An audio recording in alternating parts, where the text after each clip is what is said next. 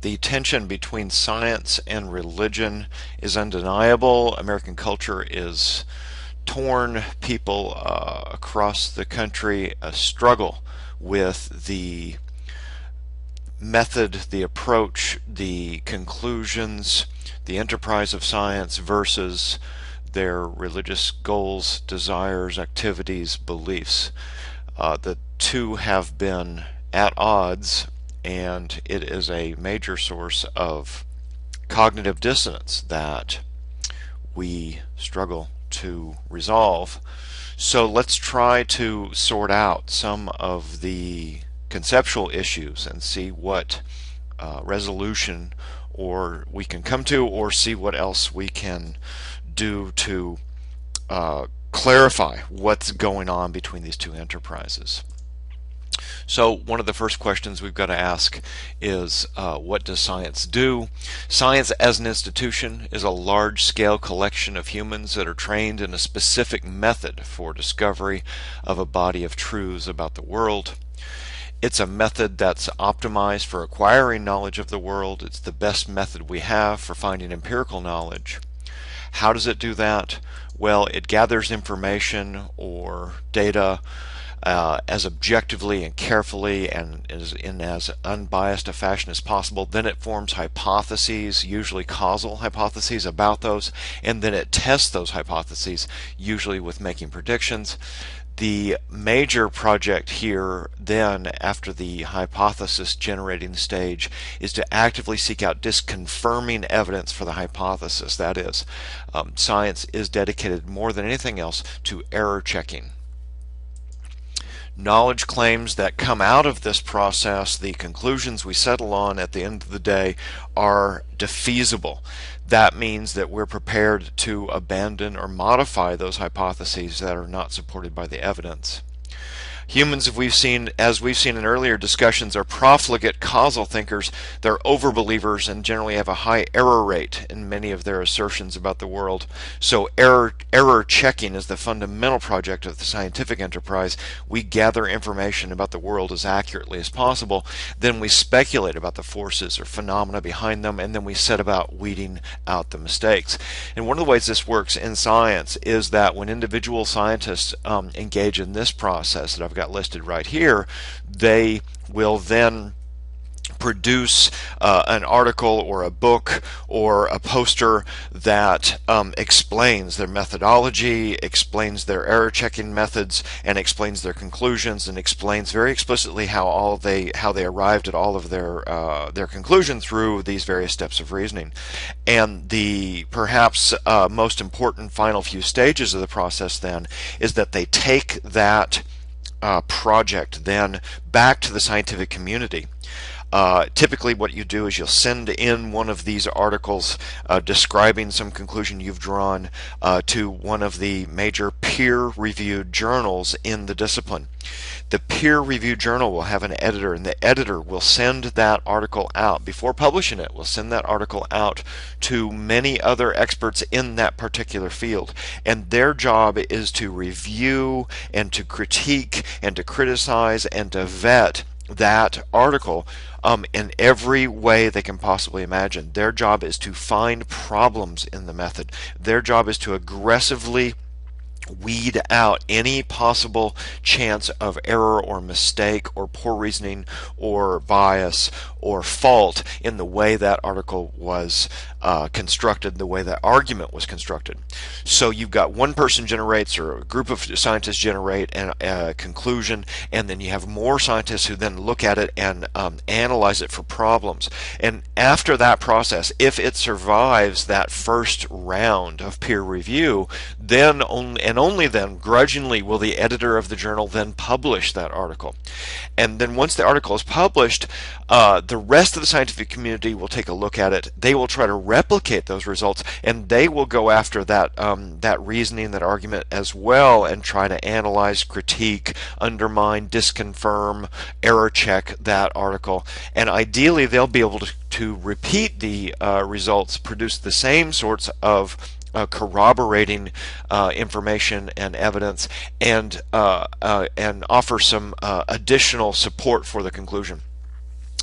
After that process, after the this conclusion and this argument and this area of investigation undergoes a great deal more of that corroboration or confirmation by the rest of the scientific community, and once we get enough corroborating information and more articles, more repetitions of the same information, then we very slowly arrive at a widespread peer-reviewed consensus.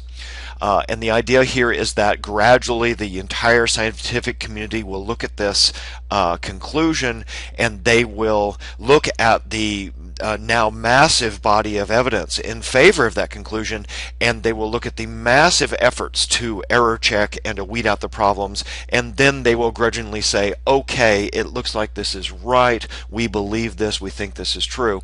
So this is how we get, for instance, conclusions like smoking causes cancer. So that conclusion, for example, is one of the results of that process. Of course, we call these theories when they first get postulated, but lots of people misunderstand what a theory is and how theory works. To call it a theory is not to say that it's weak or that it's unconfirmed or it's unknown. Microwave theory, after all, is the phenomena that heated up your burrito in the 7-Eleven this week. No one doubts that microwave theory works.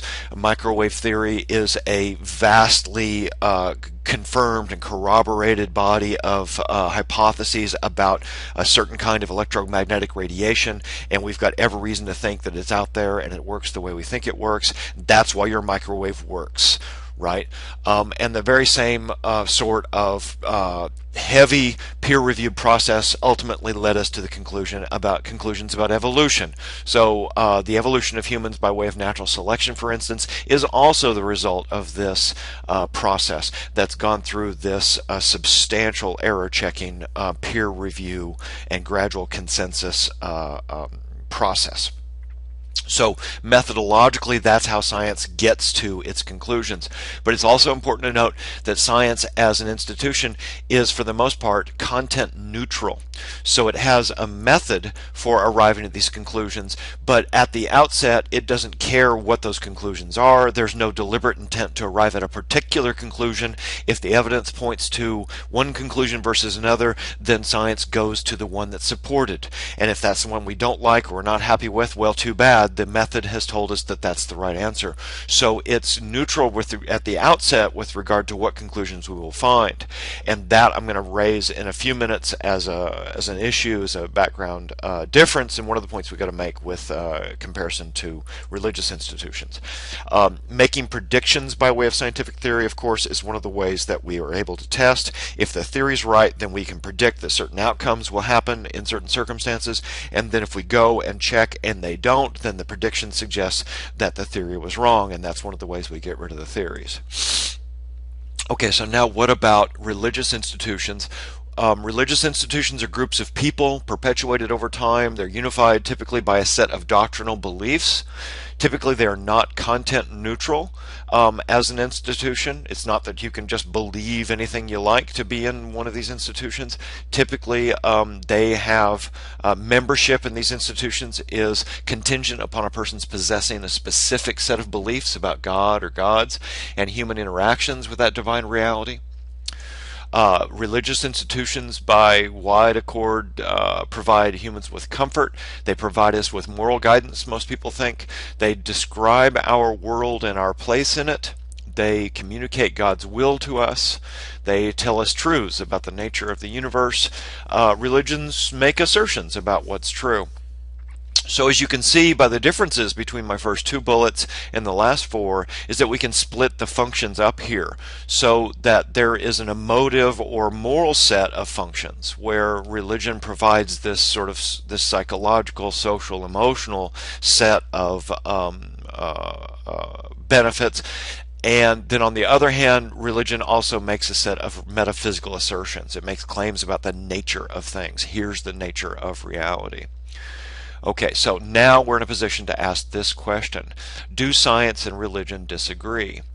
Well, the obvious answer is yes, they do quite often. There's no question that there are disagreements about the facts between religious and scientific institutions. Here are just a few examples. Of course, the Earth formed 4.2 billion years ago versus the Earth was created 6,000 years ago. 40% of Americans, by repeated polling, are still believe in young Earth creationism.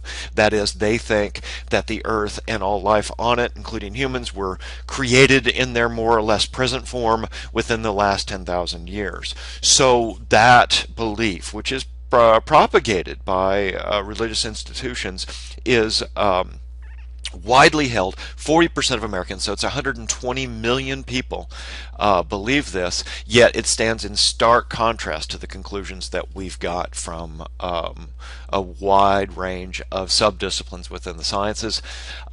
In the sciences, we know that all life evolved from simpler rudimentary forms, versus the young Earth creation view, that all life was created in its present form 6,000 years ago.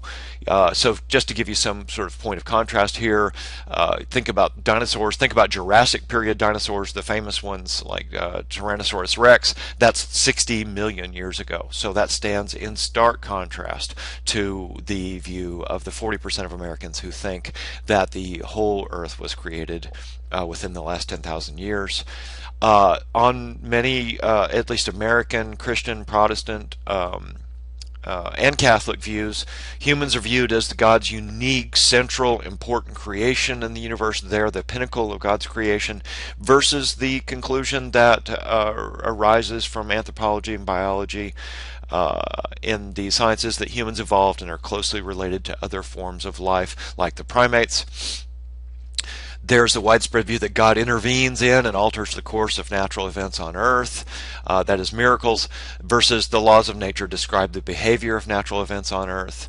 Consciousness can survive the death of the body is a widespread view propagated by religious institutions, versus the scientific view, the neurological view, that consciousness depends upon the functioning of the brain. Widespread American view that prayer works, that it has some positive outcome on health, prognosis, lifespan, and a variety of other impacts in our lives, versus what's now a mountain of empirical data from scientific investigations that says that prayer doesn't work. The Big Bang came from God, it's been postulated, versus lots of astronomers, people like Lee Smolin, Max Tegmark, and others now arguing that the Big Bang resulted from some other physical causes. That's a complicated side discussion. The religious view that humans are inherently wicked and corrupted by sin, versus look at somebody like Franz de Waal or Steven Pinker, both important scientists working on this question, and arguing on the basis of anthropological and biological and evolutionary psychological evidence that humans are essentially sympathetic, pro-social, and moral animals like their great ape cousins. So all of those pairs, and even if you don't feel particularly sympathetic with some of these, or you don't believe some of these, there's no question that lots and lots of Americans and Europeans and lots of religious believers and religious institutions are pronouncing these claims, and they stand in contrast, in tension, in conflict with the results of scientific investigations. So I think we've got to conclude that Stephen Jay Gould, who we read, is just mistaken. Gould, of course, wants to separate and argue that these two enterprises, they have non-overlapping magisteria, the Noma view, that they have utterly different functions, and they don't overlap, and they don't conflict. And he's just got to be dead wrong about that, because those examples are abundant. And any casual glance at the newspaper or at politics or at a local school board meeting will make it clear what's going on. Right now, as has been going on for the last several decades, the Texas State Board of Education is torn against public pressure, national pressure, parent pressure, and religious pressure over which textbooks they are going to institute in Texas public schools, because the current Board of Education in Texas wants to present young Earth creationism as a viable scientific theory alternative to other claims that the kids are getting in their K through 12 biology classes. So this leads us to a bunch of important questions. I don't have clear, complete answers to all of these, but I'm going to ask them, and they should provoke us to think about lots of issues here. So we've got to figure out how can we determine which of these two enterprises to go with on particular issues. The important question is religion uniquely qualified on the personal front, on the emotive front, to do what it does for us? Does religion provide us with moral guidance, is the question we're going to be asking in the next few lectures. Is there any other equal or better way to get moral guidance or get the emotional comfort? The widespread view amongst Americans is that religion does do this for us, but there's a lot of interesting research coming out of what's going on in northern European countries. So when you look at Norway, Sweden, Denmark, even Italy, you look at lots of European countries where atheism rates, disbelief rates are very high, higher than 60% in some cases. And then you look at some pretty well-established measures of human contentment, human satisfaction, human happiness, and human success, human prosperity. In lots of those countries, people are actually doing better. They're happier. That is to say, people like Phil Zuckerman is arguing, a sociologist working on this topic, is arguing that people are better off and they're happier without religion than with it. So he's raising some doubts about the traditional wisdom on that question. Is one form of or source of moral guidance better than another? When we're looking at different religious offerings versus non-religious offerings, are all sources of moral guidance equally acceptable and equally a matter of personal preference? Is an important question we've got to ask. These are inspired somewhat by Paul Kurtz's article. Should we be content to let people just adopt religious and moral systems of their birth and their choice without interference? There's a problem, there's a challenge that's just come up in the news just recently where the national corporation that runs Hobby Lobby, one of the stores where you go buy flower arrangements and frames for your paintings, the company has sued to try to get an exemption from providing health care for its employees that would cover any sort of contraception or abortion procedures or any other anything else related to women's reproductive health, because they maintain that the corporation has, that is, the owners of the corporation, have some religious convictions that prevent them from providing abortion care for its employees. So you've got this question that typically we take somebody's religious and moral views to be their personal business, to be their private business, and the rest of us ought not to interfere or mess with them. They've got freedom of religion and freedom of expression and what have you. But of course, now that's spilling over where you've got thousands of employees whose health and welfare is being affected by the ownership's religious convictions, and it raises a real question about to what extent can we allow, or are we prepared to let people pursue different religious agendas, and what should be the criteria for picking between them, particularly when they very clearly, one person's religious doctrine, religious views has an impact, a concrete impact on other people's lives. And finally, on what basis does religion provide us with moral guidance? Okay, so very important questions we've got to ask, questions that Stephen Jay Gould doesn't ask, but we'll be working on and thinking about for the next couple of weeks. All right, so now we've got to consider another question that often comes up in this context, and we need to clarify some issues. There's a lot of interesting things to say here. That is, it has often been charged that science is a kind of faith. Now, for our purposes, we've been describing faith as a way that people arrive at some of their beliefs. And the definition of faith that we've been operating with in class is something like this. For S, a person S to believe P, a proposition on faith, means something like this. S believes P despite being aware of evidence that is contrary to P, or despite lacking evidence to support P. Another way to think of it is that this person's overall body of information with regard to this conclusion is either inadequate to support the conclusion, or on the whole that information runs contrary to that conclusion, but the person believes it anyway. So it's believing P despite inadequate or contrary evidence is the sort of short and quick way to think about it. And we've seen a bunch of examples and talked about this in some other contexts. So now let's see, with that in mind, let's bring that back to the science question. With science, somebody might charge, isn't it necessary to take a leap or just accept some aspects of science without proof or certainty, just like we do in religious matters? Well, I want to argue that at least in one regard, there's a really stark, really profound difference between science and religion on this faith charge. That is, recall that the scientific enterprise is dedicated to seeking out disproof, disconfirmation, error checking, weeding out the mistakes.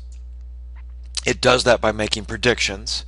It goes out and aggressively tries to find counter evidence and reject stuff that we can't believe. And then we modify or reject any claim that isn't corroborated. So science is the application of a method for finding the truth. So it's I argued it's content neutral. It's just a method, and whatever conclusions come out of that process, those are the conclusions we accept. It doesn't engage in this process with any sort of preordained conclusion about what the answers have to be or what the answers are, with a possible exception I'm going to bring up in a few minutes. Now, by contrast, at least in some religious traditions and some segments of some religious traditions, I don't think there's any doubt in anyone's mind that this is true, where defying the evidence is treated as a sort of virtue.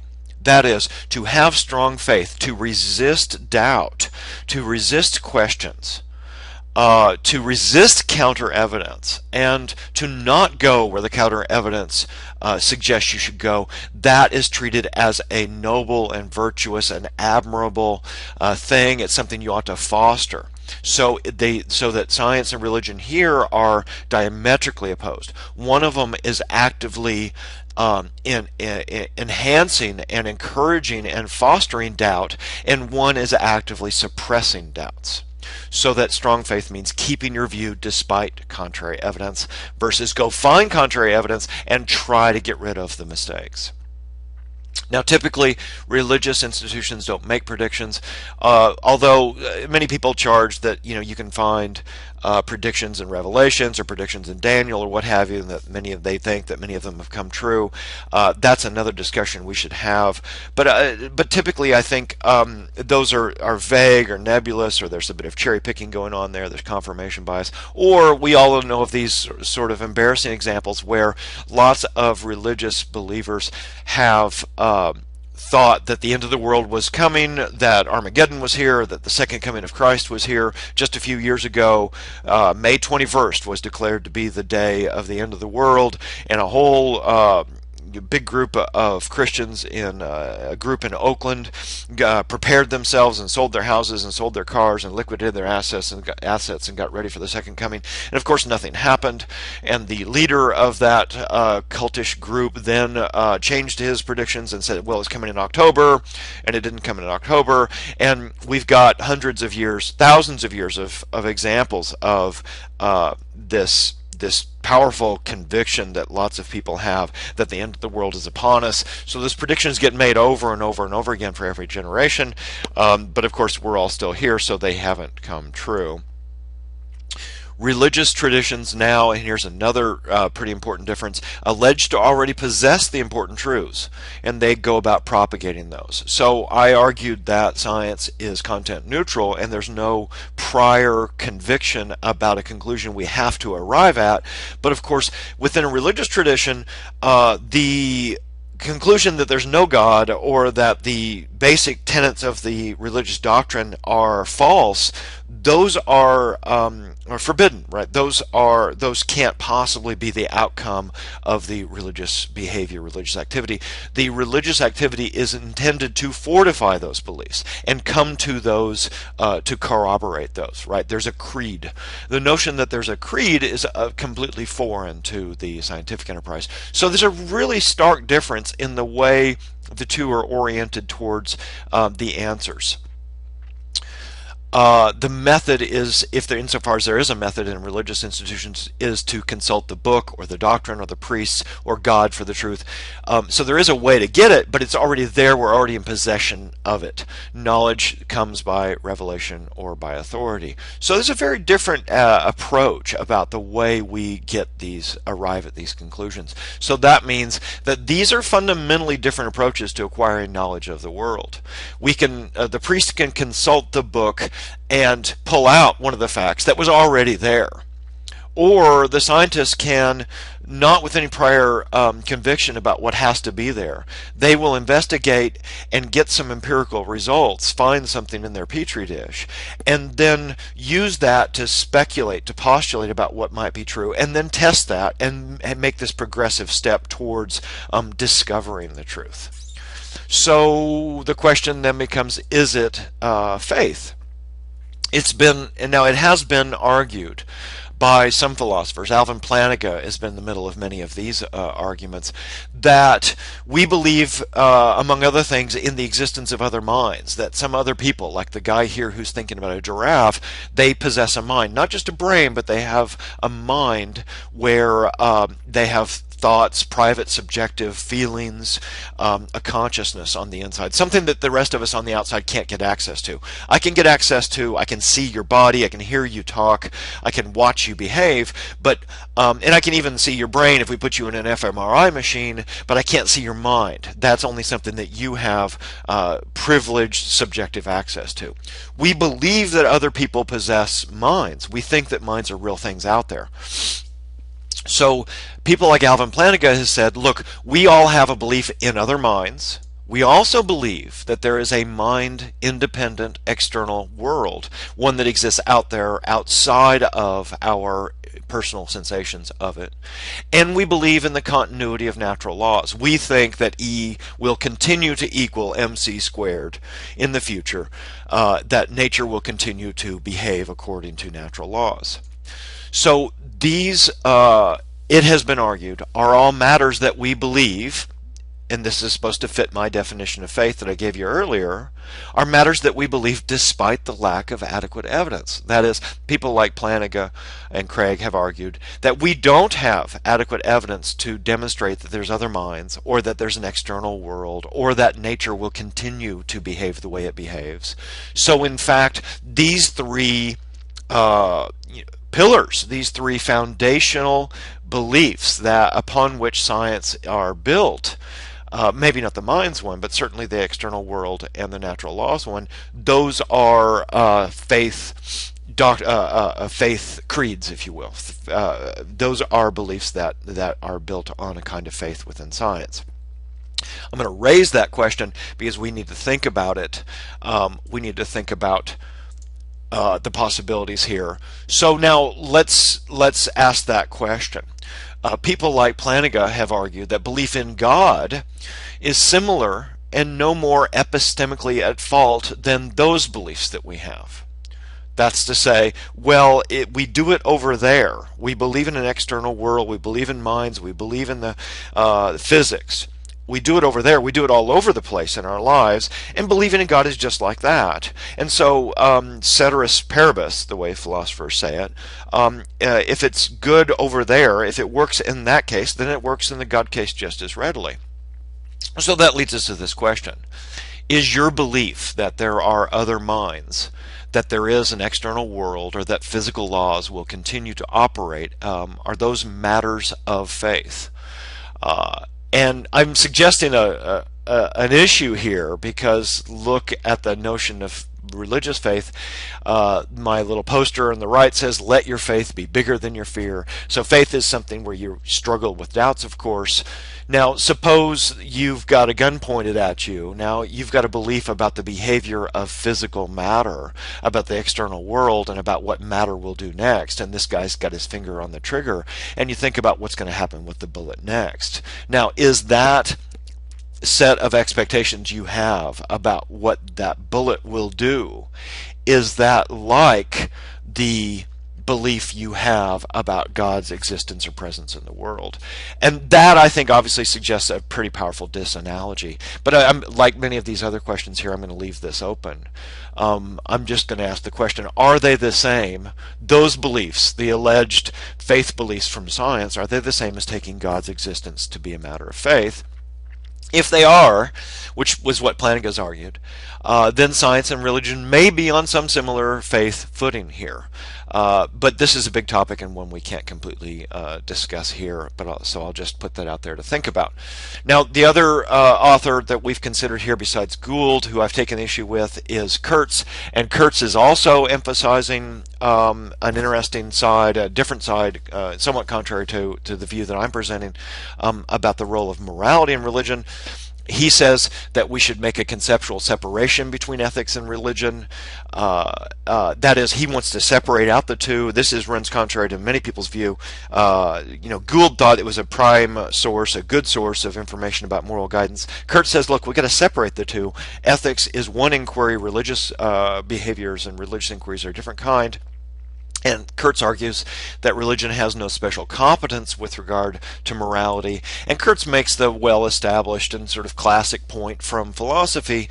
Look at the heavy hitters, the most important moral philosophers into 2,500 years of philosophical history. Consider theories from Aristotle to Spinoza, Kant, John Stuart Mill, John Dewey, and so on.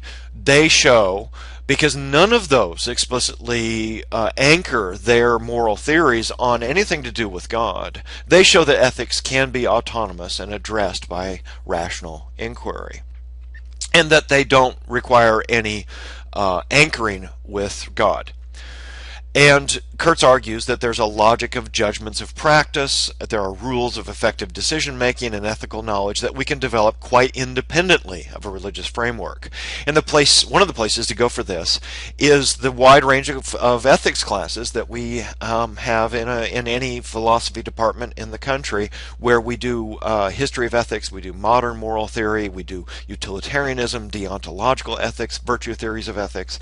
There's a live and active discipline here where philosophers are working out the details of what makes something right, what makes it wrong, what is good behavior, what is virtue, and as I've suggested, the major players here in that robust philosophical tradition, none of them think that we have to I won't say none of them, there's a few who do, but the vast majority of them do not think that we have to derive that from our religious doctrine. So they're in line with what Kurtz is arguing here. And the philosophy tradition as a whole is, for the most part, in line with Kurtz on this. And Kurtz argues that science can expand the means at our disposal, and it can modify our value judgments in the light of the facts of the case and their consequences. Science can give us information about what's good for humans. And certainly Sam Harris has pursued this point, although not that successfully, but he's been arguing this point in some recent books and caused a lot of controversy and argument over this question. Okay, so if you ask Kurtz then, what is the role of religion? He's going to say, well, it should be confined to the evocative, the expressive, the emotive range of our activities. It presents moral poetry, aesthetic inspiration, performative ceremonial rituals which act out and dramatize the human condition and human interests and seek to slake the thirst for meaning and purpose. It gives us hope. It's something much more akin to what art does. What religious institutions do is much more like what Shakespeare does for us. Science, however, gives us the truth about the reality, about what's going on. Moral inquiries into ethics give us access to what's the good and what is the right. Those are different projects. And of course, religious enterprises have this evocative, emotive role where they give us promise and expectation and aesthetic fulfillment. So religious institutions have the function of overcoming despair and hopelessness in response to human tragedy, adversity, and conflict, and the brute, inexplicable, contingent, and fragile facts of the human condition. And Kurtz is quite sympathetic here about what the uplifting and powerful positive things that those religious activities do for us, but he wants to carve out these different domains of inquiry and say, look, it doesn't do for us, it can't do for us what moral theory can do for us, and it certainly can't do for us what science does for us. So they have different enterprises. So you could think of it as Stephen Jay Gould argues for this two-domain theory. To the Noma view is non-overlapping magisteria, so he just carves up the world into the science enterprise and the religion enterprise, and morality is fully contained within the religious enterprise. And Kurtz is carving up three different domains here: science, morality, and religion, and he wants to keep them all three not overlapping. I've argued above that in fact the enterprise of religion and the enterprise of science do overlap, and they run into conflict, and they have different things to say about each other, about the facts. And I don't see the relationship as being as cleanly separable or as optimistic as Kurtz has portrayed it here. So you've got sort of three different views: mine, Kurtz, and Gould's, to keep straight, and three different models to think about how science and religion and morality are related. And finally, Kurtz says, in the above interpretation of religion as dramatic existentialist poetry, science and religion are not necessarily incompatible, for they address different human interests and needs. And that all fits into this sort of three-domain view that I've portrayed Kurtz as having. Okay, so let's wrap this all up. Gould's view is the Noma view. Science is about the empirical facts. Religion's about morality. They should and they do stay out of each other's business. I've argued that's mistaken. In fact, any look at the newspaper will show us that science and religion do overlap substantially in concerning the world. They get into each other's business whether we like it or not, and then they have conflicts. Science, I've argued, is methodologically fundamentally different than religion in that it tests, predicts, and it changes its mind. It's content neutral for the most part. Whereas religion endorses doctrine, faith, and authority. Many religious institutions suppress doubt, suppress disbelief, suppress disconfirmation. They are already in possession of the truth, and it's just a matter of propagating those, versus this inquiry and this open-mindedness about truth. They have fundamentally different approaches to knowledge, I've argued. The truth is known in the first case, versus we're in the process of discovering the truth. And Kurtz has argued that morality is a separate enterprise. It should be done without religion. Science can help, and religion should be combined to evocative and creative activities and nothing more. And that's the general conceptual framework that I want us to have going into this broader discussion about the relationship of science, religion, morality. So now we've clarified a bunch of important concepts.